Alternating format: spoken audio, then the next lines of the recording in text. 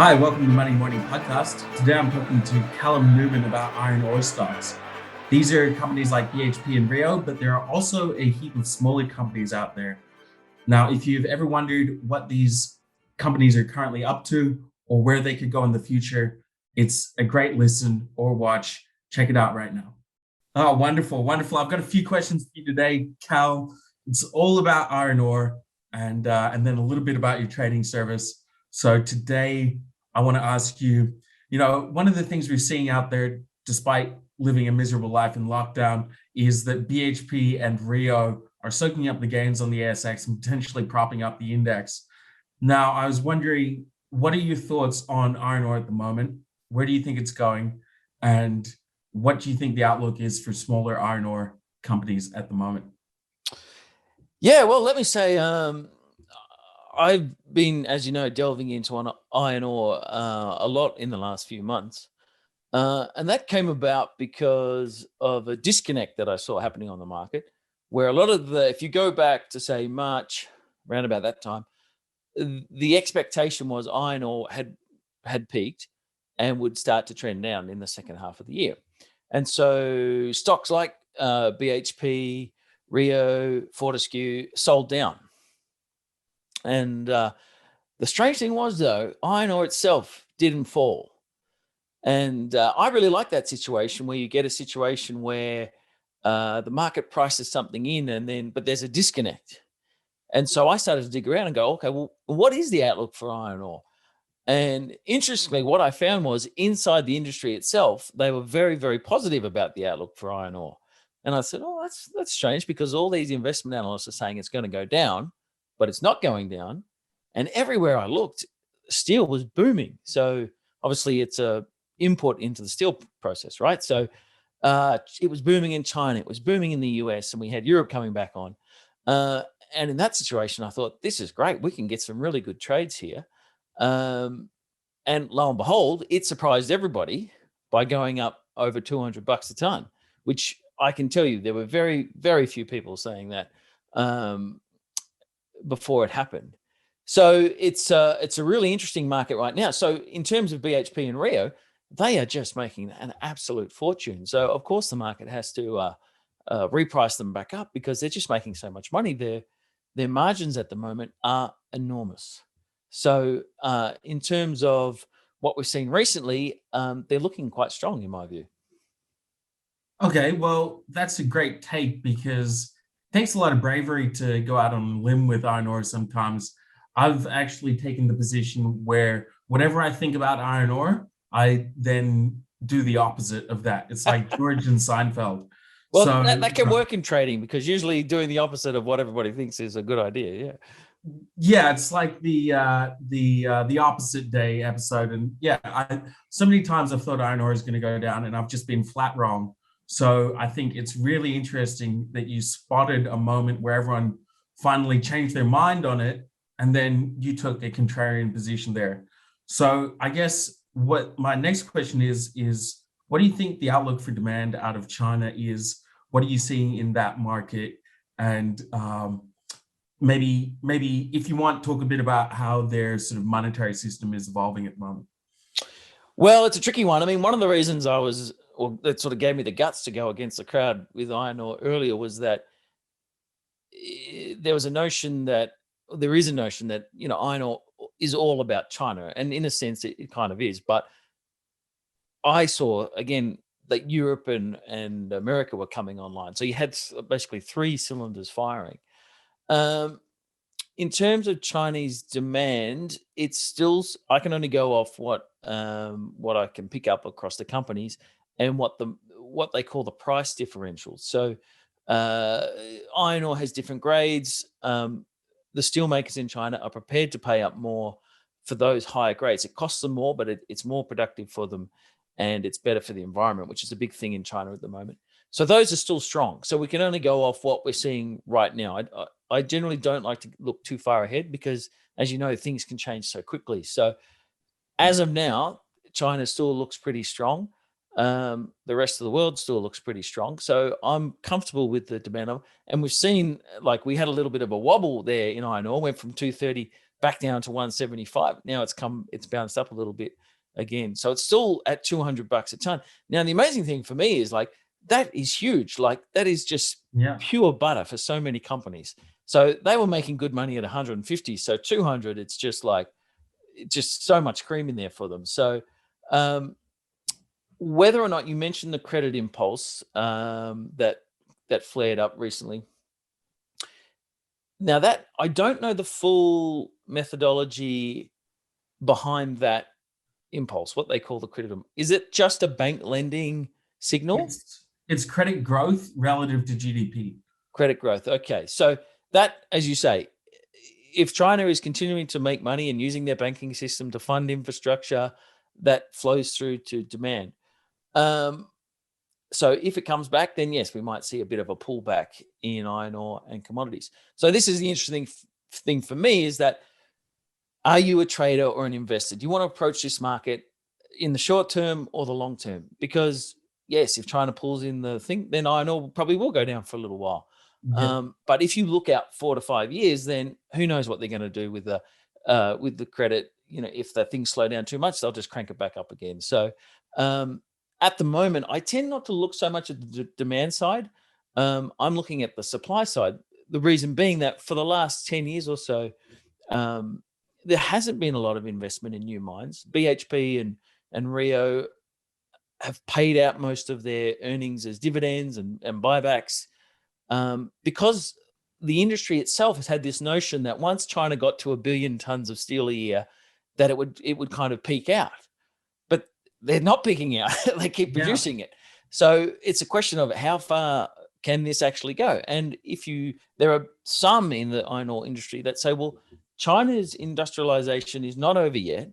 And even if it was, we've still got other countries and in Africa and the Middle East and other parts of Asia that are industrializing as well. So it's not clear that demand for iron ore has peaked. And if it hasn't, there's going to be a lot of long-term opportunities present. Okay, I've got a few comments on that. First of all, there's the growth of India's not in a good way at the moment, but there's the growth of India's steel making capacity as well to think about. And then there are a couple other things I'd also mention, which is that I have a theory that small cap resource stocks lag their producer peers or their larger producer peers by about six to 12 months in terms of the market picking up on their potential.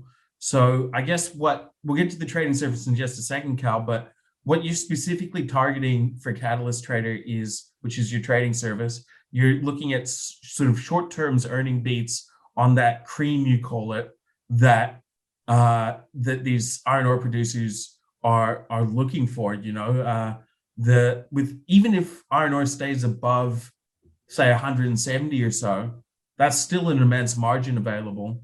And then you think the market will reprice these smaller iron ore players? Well, in terms of the earning beats, I'd say that's where I'm looking at BHP, Rio, Fortescue, because the market was pricing in a lower iron ore price for them. They have a very good chance of beating those and getting a higher multiple. The small caps, it depends a little bit if they are producing or they're not yet. So a lot of them moving towards production. Now, when they do their feasibility studies, most of them had done the same thing. They said, look, well, iron ore is about 140 now. We think it'll go to 100 in 2022, but we've still got a project here. Now, you can get a really, really good trade when they take a view like that, but the price goes higher, there was a company called Phoenix Resources. When they did their feasibility, I think they were factoring in a price. I can't remember exactly, but just say it was 140. Well, suddenly they started shipping. So, it takes a long time to get a project going, over a year. Suddenly they're going, holy moly, the price has gone to 180. We're making $5-10 million a month in profit. And we've just started. So we got a really good trade on that. So that's what I'm looking for in some of the smaller ones that have seen the high price, seen the signal that it's time to bring in more supply, and they're going about and doing it. But they've got to tick so many boxes. They've got to get, they've got to have a deposit, then they've got to get all the approvals, the environmental stuff. They've got to find a port. They've got to get it there. They've got to, truck drivers and and crush it and screen it, and then they've got to get someone to buy it off them, of course. Yeah. So there's a whole bunch of boxes that need to be ticked, but that's your markup phase, usually in the small cap sector, where you de-risk the trade. So if you're prepared to back one of these projects and back that the iron ore price stays strong, you can get a really ripping return. But as you say, as of now, the market is still skeptical. So it, like literally today as we speak, the little iron ore stocks are not running as hot as you would think with iron ore at such a ridiculously high level. Yeah, well, you do. I mean, if you do get that sort of lag coming together with a sort of steady price, then all of a sudden the net present value, the NPV, just goes up heaps. And I've seen a number of smaller commodity players have a complete re-rate of their NPV, and then all of a sudden people pile in. But if you're actually paying attention to the movements in the price, you can assume that that NPV is rising before they actually announce a rejigged NPV. Absolutely, and that's where it it's gives absolutely fascinating. gives you the confidence to take the trade. So, I mean, just with Phoenix, the one that I mentioned now, I was just like, the upside was this, and the downside was that at that stage, because it was just, as you say, they had priced in a certain price, and it was so much higher than what they had done. Of course, the market goes, well, this is crazy. Like this company is worth more than we thought. So absolutely, I'm looking for that to happen again in a bunch of other smaller iron ore stocks. But then again, you never quite know, because there's the issue now in WA of being able to get staff and truck drivers, Yeah. and because the gold industry is going bananas as well. So they're all competing for the same pool of labor. So it's certainly going to be interesting to see. But also, when you get a situation where companies are making so much money, the bigger ones obviously start to think about, well, can we just acquire some of these smaller bolt-ons. projects? So again, we talk about my sort of trading methodology. That's when what I call catalyst. That's when you start to think about, well, not only does it say a small stock have a great earnings profile once it gets going, but maybe a bigger player will come and swallow it up. Because there hasn't been a lot of investment in iron ore over the last 5-6 years, many of them are running down their reserves, and they don't have a lot of life left. So they go and buy one to keep going as a company. Yep. And two more questions for you, Cal. One main thing I think on a lot of people's minds when it comes to iron ore is what happens with Brazil. Is Vale going to all of a sudden come in and crush the Australian industry? Is there going to be a competitive supply chain shift? I was wondering if you could talk a bit more about that and what you see happening in a scenario like that, or maybe it's just completely not going to happen. Well, that one we can only really watch. So to set the scene, if you're listening or watching, in 2019, Brazil, which is the second biggest exporter after Australia, but the highest grade, they had a massive accident, and it took a bunch of tons off the market, and that's what sent iron ore into its bull market that it's still really been in the whole time, except for the COVID sort of collapse. Now, the whole time the market has gone, oh, when Brazil comes back, it's the dream's going to be over, and all this sort of thing. So they're slowly bringing back to where they were, but they're still way down on where they were previously. And the market is sort of, on one hand, it's fearful that they're going to come back strong, but also skeptical that they're going to come back strong, because they sort of have disappointed for a long time. That we just have to watch. It's very hard to tell from here what's going on in Brazil. I don't worry in terms of China switching to Brazil, because the reason China is punishing Australia is applicable to Brazil as well, because the president over there likes to blame them for the COVID crisis. And so it's not like they're going to go, well, we hate Australia, well, let's give all the business to Brazil, even if they could. But Brazil cannot dislodge Australia. I mean, we're double what Bali puts out. So Australia is fairly secure in being the main supplier for the moment. Whether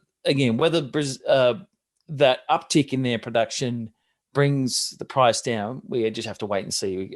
It's too early to call yet. Well, there's a lot of sort of cataclysmic predictions always with iron ore.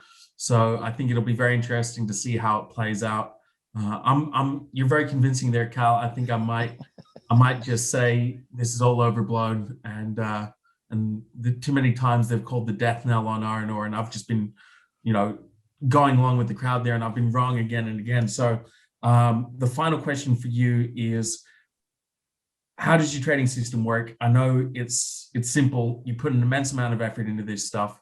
So I was just wondering if you give us a quick recap of how the trading system works. Well, yeah. So I call it, the service is called rather Catalyst Trader. So we're talking about iron ore today, but in 12 months we might be talking about gold or biostocks or anything. I'm agnostic when it comes to the sector or what have you, because everything goes through bull and bear phase and consolidation, and so you need to be in areas of the market that are moving now. Otherwise, you can just get caught up in just going sideways for ages and ages and ages.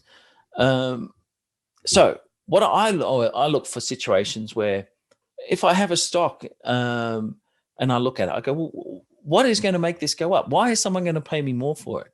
And unless I can pinpoint something, I don't touch it. So it's very easy in the stock market to buy what we call stories or trends or themes, if you like. And I tried that early on, but I quickly found out that can go very wrong. And when things got volatile, or say I bought in and it went down, I said, well, what do I own here? Why am I in this? So my situation evolved where I'm like, I want to know what's going to re-rate this stock. So what I do is, again, I look for things that can push the stock up, whether it's say a drilling result or an earnings upgrade or a new contract win or something that shifts the market's expectations higher. So the way generally to think about it is markets price in an outcome. And unless you can find something that the market has not priced in, well, there's probably no trade there. So iron ore earlier was a great example of that, where the stocks, had priced in a falling price, but we got a rising price.